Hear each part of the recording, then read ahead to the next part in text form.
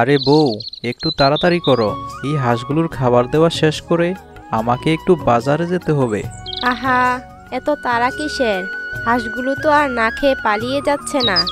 আরে তুমি বোঝো না, আকাশের অবস্থা ভালো মনে হচ্ছে না। বৃষ্টি যে কোনো সময় নেমে পড়তে পারে। আমি চাইছি কিছু শাকসবজির বীজ কিনে আনবো, যেন আগে ভাগে লাগিয়ে দিতে পারি। বৃষ্টি নামলে চাষের জন্য ভালো হবে। হুম, কথাটা ঠিক বলেছ। কিন্তু বৃষ্টি বেশি হলে আবার আমাদের হাঁসগুলোর কোনো সমস্যা হবে না তো?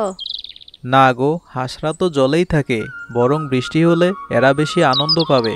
কিন্তু জমিতে আগেভাগে বীজ না ফেললে পরে দেরি হয়ে যাবে। আচ্ছা ঠিক আছে, এই নাও, শেষ খাবারটুকু দিয়ে দিলাম।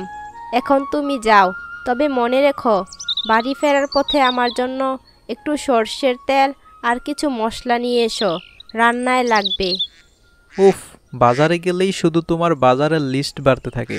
ঠিক আছে, নিয়ে আসবো। তুমি তো জানোই, সংসার চালাতে গেলে একটু অতিরিক্ত খরচ হবেই। এখন যাও, তাড়াতাড়ি এসো।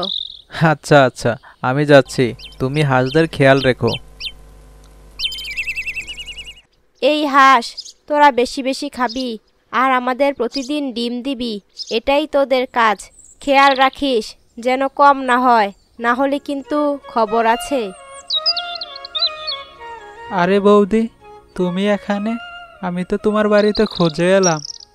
কেন রে রামু, তুই বাড়িতে কেন খুঁজছিলি? এখানে তো রোজই থাকি হাঁসদের দেখাশোনা করতে। দাদা কোথায়? দাদার সাথে আমার একটা জরুরি কথা আছে। কেন, কি হয়েছে? কিছু হয়েছে নাকি? না মানে আসলে একটু দরকারি কথা আছে তো, দাদার সঙ্গেই বলতে চাই। আচ্ছা ঠিক আছে, গোপাল তো বাজারে গেছে কিছু শাকসবজির বীজ কিনতে। তুই একটু অপেক্ষা করবি নাকি পরে আসবি? উফ, দাদা ঠিক কখন ফিরবে বলতে পারো? আমার কিন্তু দেরি করা ঠিক হবে না। আরে, এত তাড়াহুড়োর কি আছে? চা খাবি নাকি? বল না আমাকেও, আমি শুনতে পারি না? না গো বৌদি, দাদার সাথে আগে কথা বলি, তারপর তোমাকে বলবো। হুম, মানে দাদার কথা আগে, আমার কথা পরে? এমন হবে না কিন্তু, আমি আগে শুনবো। আরে বৌদি, তুমি তো দুষ্টুমি করছো। দাদা এলে আমাকে বলো, যেন সে আমাকে একবার দেখে। ঠিক আছে ঠিক আছে, আমি বলবো। আর শুন, যাওয়ার আগে দাদার জন্য একটু বাজারের দিকে চোখ রেখে আয়, দেখ তো সে ফিরছে কিনা। ঠিক আছে বৌদি, আমি দেখি দাদা ফিরে কিনা। আমি কিন্তু আবার আসবো। এই ভাই, শুনছেন? একটা লাল শাক আর করলার বীজ দেন তো, ভালো মানের চাই কিন্তু। আরে গোপাল ভাই, আপনি অনেকদিন পর বাজারে এলেন, কি খবর?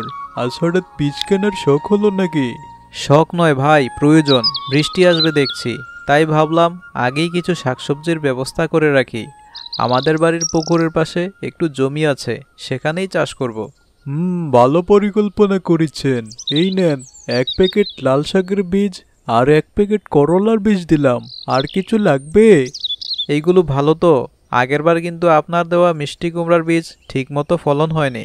আরে ভাই, বীজ ভালোই ছিল, কিন্তু জমির যত্ন কি ঠিকমতো করেছিলেন? সে তো জানি না, তবে এবার ঠিকমতো যত্ন নেব। আচ্ছা শুনুন, আর কি কি লাগবে বলুন তো? যদি ভালো চাষ চান তবে একটু গুরু সার নিতে পারেন। আর করলার জন্য একটু বাঁশের মাচা বানাবেন, তাহলে ফলন ভালো হবে। কথাটা ঠিক বলেছ। আচ্ছা ঠিক আছে, কিছু গুরু সারও দাও। আর করলার জন্য বাঁশের খুঁটি আমি নিজের জমি থেকেই কেটে নেব। এই নেন, এটা ব্যবহার করলে গাছ দ্রুত বড় হবে আর লাল শাকের পাতা হবে একদম টুকটুকে লাল। ঠিক আছে ভাই, সব মিলিয়ে কত টাকা হলো? সব মিলিয়ে 200 টাকা হলো। বাহ, দাম তো ঠিকঠাকই আছে। এই নাও টাকা। ধন্যবাদ ভাই, আশা করি এবার ভালো ফসল পাবেন। হ্যাঁ হ্যাঁ, দেখি, বউকে দেখাতে হবে যে আমিও চাষের কাজ জানি। দাদা, তোমাকে খোঁজে আসলাম বাড়ি থেকে। কোথায় গিয়েছিলে? আরে রামু, বাজারে গিয়েছিলাম কিছু বীজ আনতে। এখন তো বর্ষা আসবে, ভাবলাম একটু শাকসবজি লাগিয়ে রাখি। বল, কি হয়েছে? এভাবে তাড়াহুড়ো হয়ে খুঁজতে এলে কেন? দাদা, একটা দরকারি কথা ছিল, তাই ভাবলাম তোমার সঙ্গে কথাটা বলি। কি দরকারি কথা? কোনো সমস্যা হয়েছে নাকি? না দাদা, আসলে আমি একটা রিক্সা কিনতে চাই। দিনমজুরি করে আর ভালো লাগছে না। নিজের একটা রিক্সা হলে স্বাধীনভাবে চালাতে পারতাম, আয়ও একটু বেশি হতো। তা তো ভালো কথা, কিন্তু হঠাৎ এই সিদ্ধান্ত কেন? দাদা, তুমি তো জানো এখন কাজ কমে গেছে। একদিন কাজ পাই তো 3 দিন পাই না। দাঁড় করা রিক্সা নিয়ে চালাই, তার উপর আবার মালিকের প্রতিদিন ভাড়া দিতে হয়। সব মিলিয়ে হাতে কিছুই থাকে না। যদি নিজের একটা রিক্সা থাকতো তাহলে প্রতিদিন অন্তত কিছু টাকা জমিয়ে রাখতে পারতাম। ঠিকই বলেছিস, কিন্তু রিক্সা কিনতে তো অনেক টাকা লাগে। তোর কাছে কত টাকা আছে? আমার কাছে মাত্র 7,000 টাকা আছে দাদা, কিন্তু একটা ভালো রিক্সা কিনতে হলে তো কমপক্ষে 10-12 হাজার টাকা লাগবে। হুম, মানে তোর আরো 5,000 টাকার মতো দরকার, তাই তো? হ্যাঁ দাদা, তুমি যদি আমাকে কিছু টাকা ধার দিতে আমি ধীরে ধীরে তোমাকে ফেরত দিয়ে দিতাম। আচ্ছা ঠিক আছে, আমি তোকে 5,000 টাকা ধার দেব, কিন্তু একটা শর্ত আছে। কি শর্ত দাদা, বলো, আমি রাজি। টাকা ফেরত দেওয়া নিয়ে কোনো চিন্তা করিস না, কিন্তু রিক্সা কিনেই যেন আয় রোজগার শুরু করিস, কোনো ভুল কাজ বা অলসতা করবি না। দাদা, তুমি চিন্তা করো না, আমি দিনরাত খেটে তোমার টাকা ফেরত দেব। ঠিক আছে, সন্ধ্যার পর বাড়িতে আয়, তখন টাকা দিয়ে দেব। ধন্যবাদ দাদা, তুমি না থাকলে আমার কি হতো। আমি তাহলে এখন গিয়ে রিক্সার দাম ঠিক করে আসি।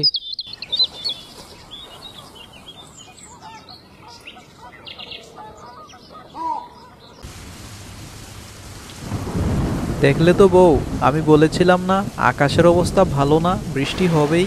সেই সকাল থেকেই দেখছিলাম বাতাস কেমন ভারী হয়েছিল। তুমি ঠিকই বলেছিলে। বিকেলের দিকেই মনে হচ্ছিল ঝড় আসতে পারে।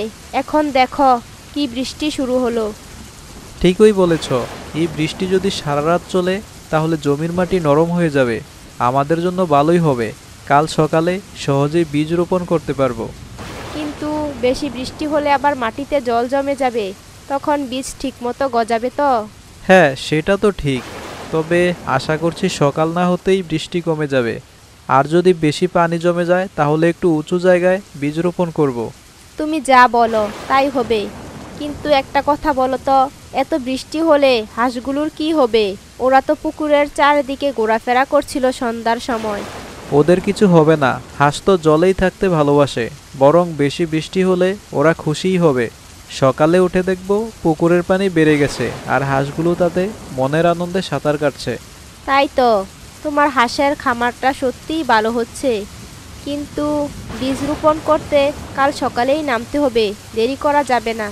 একদম ঠিক বলেছ, আমি ভোরের দিকেই উঠে নেব। তুমি কাঁচা মরিচ আর লেবুর জল তৈরি করে রেখো, মাঠের কাজের পর খেতে মজাই লাগে। আচ্ছা ঠিক আছে, তুমি আর তোমার কাঁচামরিচ। শোনো, এখন শুয়ে পড়ো, কাল সকালেই তো কাজে নামতে হবে। তাই তো, তাহলে ঘুমোই, সকালে অনেক কাজ আছে। আরে বউ, দেখো একবার, আমাদের উঠান তো পুরো পানিতে ডুবে গেছে। এমন চলতে থাকলে আরেকটু বৃষ্টি হলেই ঘরের ভেতরেও পানি ঢুকে যাবে। হায় রে, এ কি হলো? আমি তো রাতে বুঝতেই পারিনি যে এত বেশি পানি জমবে।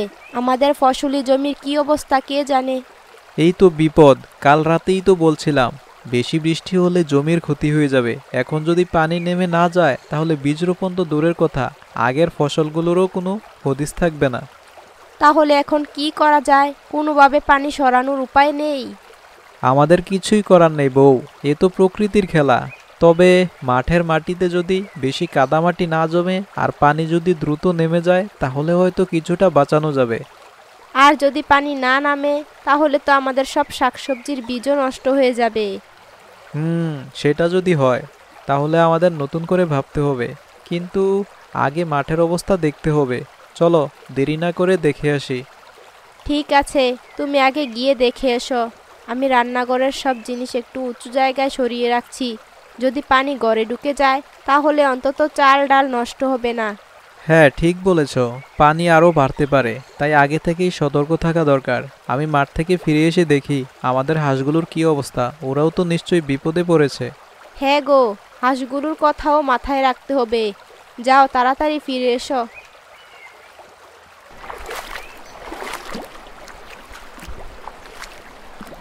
আহ বউ, দেখো আমাদের হাঁসের ঘরটা তো এখনো ঠিক আছে। উঁচুতে বানানো ছিল বলেই এখনো শুকনো আছে। না হলে বড় বিপদ হয়ে যেত। হ্যাঁ গো, আমিও ভয় পেয়েছিলাম। মনে হচ্ছিল হাঁসগুলোরও কপাল খারাপ, পানি ঢুকে ওদের সব শেষ করে দিবে। কিন্তু ভালোই হয়েছে, গড়টা এখনো নিরাপদ। দেখো ওরা কেমন চুপচাপ দাঁড়িয়ে আছে, মনে হয় ভয় পেয়েছে বেচারা। গত রাতে এত ঝড় বৃষ্টি হয়েছে, হয়তো না খেতে পেয়ে কাহিল হয়ে পড়েছে। সত্যিই তো, ওদের খাওয়ার হাঁড়িটা তো প্রায় খালি। আমরা তো সকালে এত টেনশনে ছিলাম যে হাঁসগুলোর খাবার দেওয়ার কথাই ভুলে গেছি। আরে হ্যাঁ, এত কিছু নিয়ে চিন্তা করতে গিয়ে খেয়ালই ছিল না। চলো জলদি করে খাবার দেই, না হলে ওরা দুর্বল হয়ে পড়বে।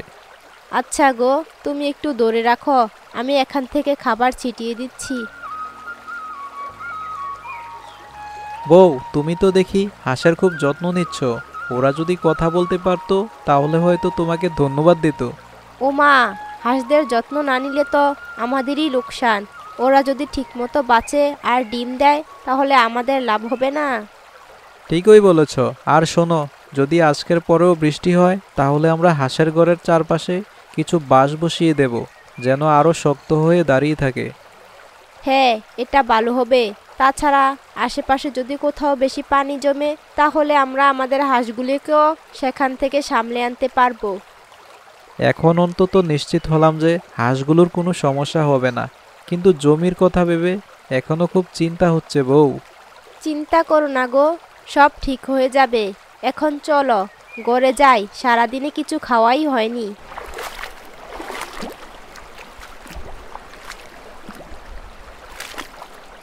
আরে রামু, তুই এই পানি মারিয়ে এখানে কিভাবে এলি? তোর শরীর তো পুরো ভিজে এক শেষ। দাদা আর বলো না, আমার বাড়িতে পানি একেবারে ঘরের ভিতরে ঢুকে পড়েছে। থাকার মতো কোনো জায়গা নেই। বাবা মা তো কয়দিন আগেই গ্রামের অন্য আত্মীয়দের বাড়িতে গিয়েছে। আমি একাই ছিলাম, এখন আর থাকতে পারছি না, তাই তোমার বাড়িতে চলে এলাম। ও, তাহলে তোর বাড়ির অবস্থা আরো খারাপ। কি যে হবে এখন? তুই তো জানিস আমাদের বাড়িতেও পানি উঠতে শুরু করেছে, কিন্তু এখনো একটু শুকনো জায়গা আছে। তুই চিন্তা করিস না, এখানেই থাকিস। সমস্যা একটাই, আমাদের এই ছোট্ট ঘরেই তো থাকতে হবে। তোর জন্য আলাদা জায়গা নেই। আরে বৌদি, জায়গা ছোট হলেও তো তবু আমি শুকনো মাটিতে ঘুমাতে পারবো। কাল রাতে তো ভেজা চাটাইয়ের উপর ঘুমাতে হয়েছিল, আর মাথার উপর মশার আক্রমণ। আচ্ছা ঠিক আছে, তুই তো এখন একেবারে বন্যার্তদের মতো দেখাচ্ছিস। যা তাড়াতাড়ি গিয়ে জামা কাপড় বদলে নে। দাদা, আমার তো জামা কাপড় সবই পানিতে ভেসে গেছে, কিছুই নিতে পারছি না। ও, তাহলে দাঁড়া, আমি গোপালের কিছু পুরনো কাপড় নিয়ে আসছি, ওগুলো তুই পরবি। ও বৌদি, সত্যি বলছি, তুমি না থাকলে আমার কি হতো জানি না। বউ আমার খুব যত্নশীল, না হলে আমাকে এতদিন সহ্য করতো কিভাবে? যাও যাও, বেশি কথা বলো না, আমি জামা নিয়ে আসছি। বউ, রামু, আর দেরি করো না। পানি তো দরজার চৌকাঠ ছাড়িয়ে ঢুকছে, এখনই বেরোতে হবে। হায় হায়, আমরা কোথায় যাব? আমাদের তো যাওয়ার জায়গা নেই। দাদা, তোর ঘরে সবকিছুই পানিতে ডুবে যাচ্ছে। সব হারিয়ে যাচ্ছে রে, কিন্তু এখন প্রাণ বাঁচানো বেশি দরকার। আমাদের হাঁসের ঘরটা একটু উঁচুতে আছে, ওখানেই চলো।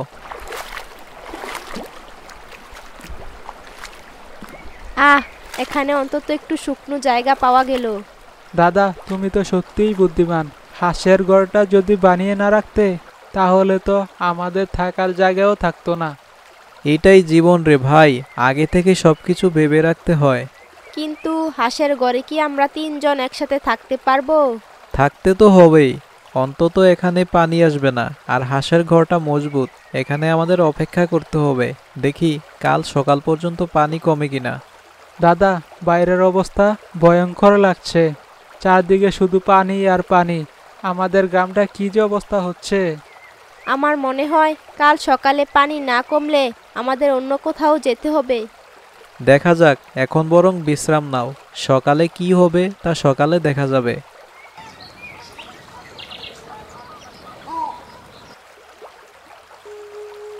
না, আর দেরি করা যাবে না। আমাদের এখনই আশ্রয় কেন্দ্রে যেতে হবে, নইলে বিপদ হয়ে যাবে। কিন্তু কিভাবে যাব? চারিদিকে শুধু পানি। দাদা, আমার উঠানে কিছু কলা গাছ তো এখনো পানির উপরে ভেসে আছে। সেগুলো কেটে একটা বেলা বানালে কেমন হয়? হ্যাঁ, তুই ঠিক বলেছিস। চল তাড়াতাড়ি কাজ শুরু করি। আমাদের ঘরবাড়ি ছেড়ে যেতে হচ্ছে, ভাবতেই কষ্ট হচ্ছে। জীবন আগে বাঁচাতে হবে বউ, ঘরবাড়ি তো পরে ঠিক করে নেব। চলো, আর বেশি দেরি করো না। বেশি পানি হয়ে গেলে টিকে থাকা মুশকিল হবে। ওই যে সামনে স্কুল বাড়িটা, ওখানেই সবাই উঠেছে, আমরাও যেতে পারবো। হ্যাঁ বউ, আর একটু গেলেই আমরা নিরাপদ। আরে গোপাল, তুইও আসছিস? তোর ঘর বাড়ির কি অবস্থা? কেমন আর থাকবে মোড়ল কাকা, সবই তো পানির নিচে। আমাদের হাঁসের ঘরটা একটু উঁচুতে ছিল, তাই রাতটা ওখানেই কাটিয়েছিলাম। কিন্তু আজ সকালে পানি এত বেড়ে গেল যে ভেলা বানিয়ে এখানে আসতে হলো। হায় হায়, এমন বন্যা আমি জীবনেও দেখিনি। আমার সব ধানের গোলা পানির নিচে চলে গেছে। এবার মনে হচ্ছে নতুন করে চাষ না করতে পারলে পুরো গ্রামই না খেয়ে মরবে। ধানের গোলাগুলিও কি ডুবে গেছে? হ্যাঁ মা, আমার এই বয়সে এত বড় সর্বনাশ হবে কল্পনাও করিনি।